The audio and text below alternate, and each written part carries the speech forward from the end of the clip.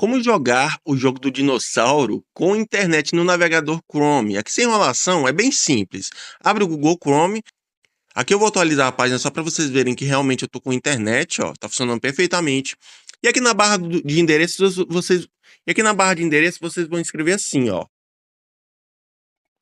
Chrome, dois pontos, barra, barra, Dino. Vai ficar exatamente dessa forma aí, tá?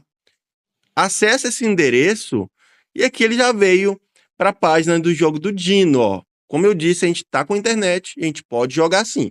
Toque no dinossauro para jogar. Então vou tocar. E começou o jogo, ó. Eu tô com internet jogando o joguinho do Dino que aparece quando a gente tá sem internet. Então funciona perfeitamente, é só prestar atenção no que tá escrito na barra de endereços aí, ó, que não tem erro não, tá, galera? Então é isso. Foi.